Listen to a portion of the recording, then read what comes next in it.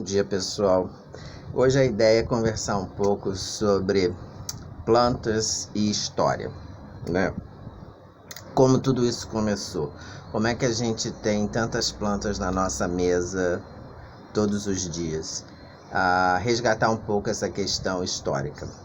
Bem, todo mundo sabe que o homem, há milhares de anos atrás, ele era nômade, né? Então ele vivia da caça e da coleta de plantas que usava na sua alimentação. Diversos estudos arqueológicos têm mostrado que um dos primeiros assentamentos humanos começou na região do Mar Mediterrâneo, especificamente na costa da Turquia.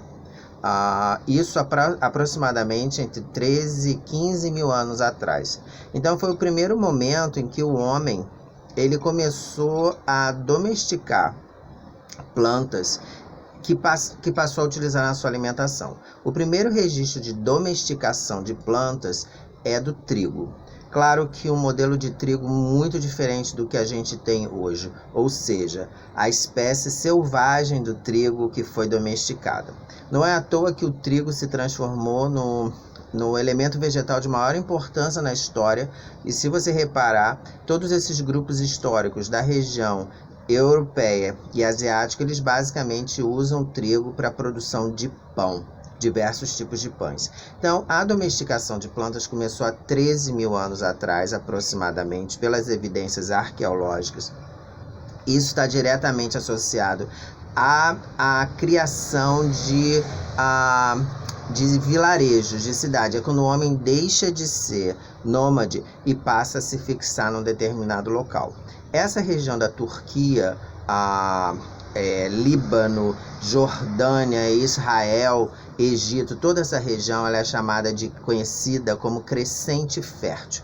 É uma região em que foi extremamente importante para a civilização e continua sendo até hoje, né? Basta a gente pensar que as três religiões monoteístas que nós temos, o judaísmo, o cristianismo e o islamismo, todas elas estão de uma forma ou de outra concentrada com o seu processo histórico associado a essa região que é chamada de crescente fértil. Outro aspecto interessante que a gente tem para pensar com relação às plantas é que a Europa, na Idade Média, e logo após a Idade Média, iniciou esse processo de expansão com as grandes navegações, principalmente com os portugueses e espanhóis. E uma das grandes metas foi chegar até a Índia por conta das especiarias que existiam na Índia. Desde antes da Idade Média já existia um comércio terrestre, Alexandre o Grande já mostrava isso, e Marco Polo a mesma coisa, com a Rota da Seda que trazia diversos produtos da Ásia para a Europa. Só que portugueses e espanhóis desenvolveram as habilidades para a circunnavegação marítima e foram até as Índias.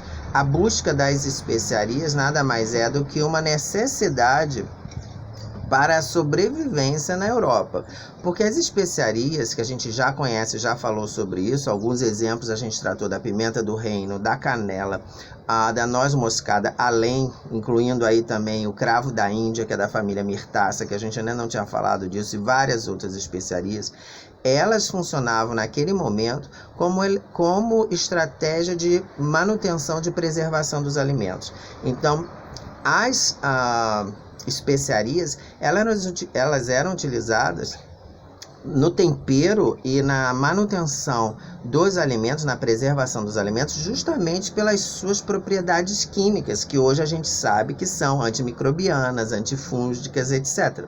Naquele momento da Europa, saída da Idade Média, né, no Renascimento, não existia geladeira para preservar os alimentos. Então, a preservação precisava ser feita de alguma maneira e o uso de especiarias e sal, né, desidratação, eram estratégias muito utilizadas. Então, as especiarias, o que moldou aí o que a gente tem no país com a chegada dos portugueses e espanhóis no continente americano, foi em função de uma busca por produtos para utilizar na alimentação, produtos vegetais. Então, veja a importância dos elementos vegetais. Aqui a gente chamou a atenção da domesticação do trigo lá no Crescente Fértil, 13, 15 mil anos atrás. E a gente está chamando a atenção também das especiarias muito comuns no Sudeste Asiático, que foram trazidas pelos portugueses e espanhóis a partir dos processos das grandes navegações para a Europa.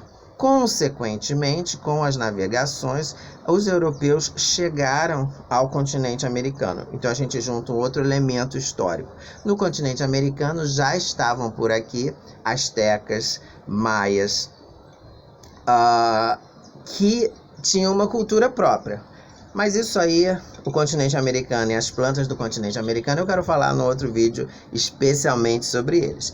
Por enquanto, o de hoje é para a gente pensar nesse resgate histórico e da importância das plantas no processo histórico da humanidade, desde o Crescente Fértil até as grandes navegações com a procura, o comércio de especiarias do Sudeste Asiático para a Europa.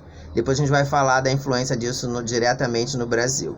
Um forte abraço para todos vocês, um ótimo dia. E de tarde a gente vai falar mais um pouco, botanicamente falando, sobre aí a relação das plantas no nosso cotidiano e como que a gente pode entender isso do aspecto científico, botanicamente falando. Forte abraço para vocês, cuidem-se e até o próximo.